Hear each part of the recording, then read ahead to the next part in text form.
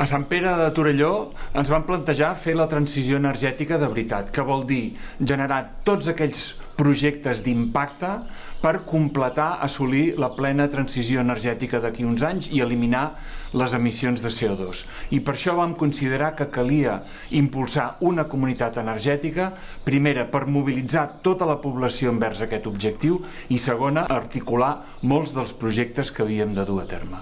La Comunitat Energètica d'Olost i Santa Creu neix amb l'objectiu d'impulsar una transició energètica des de baix, des dels veïns i veïnes del nostre municipi.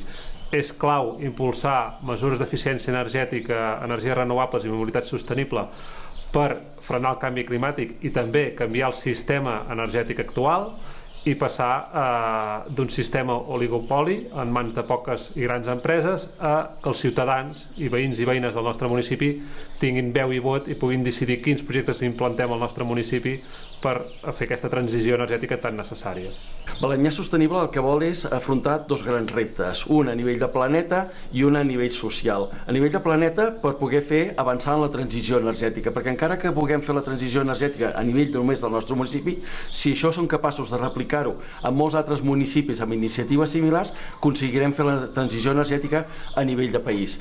I a nivell social, perquè estem convençuts de que podem viure d'una altra forma, amb un altre model que no sigui la dependència dels grans oligopolis energètics i generant l'energia de més proximitat. Haver optat per crear cooperatives de primer grau, cooperatives de consumidors a nivell local, té una força brutal, perquè té un fort arrelament a nivell del territori, a nivell de la societat. Cadascú se sent partícip de la seva iniciativa. Però de la mateixa forma que tenim aquestes cooperatives que han aconseguit aquest arrelament social i territorial, necessitem una estructura que professionalitzi la gestió i que ajudi aquestes cooperatives a tirar endavant tots els seus projectes. I per aquesta raó és imprescindible crear la cooperativa de segon grau.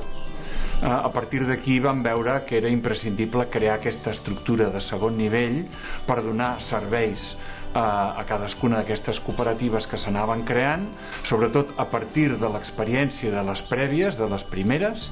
Segona, perquè hi ha molts temes que es poden gestionar de forma molt més eficient, de forma conjunta i aprofitant les sinergies.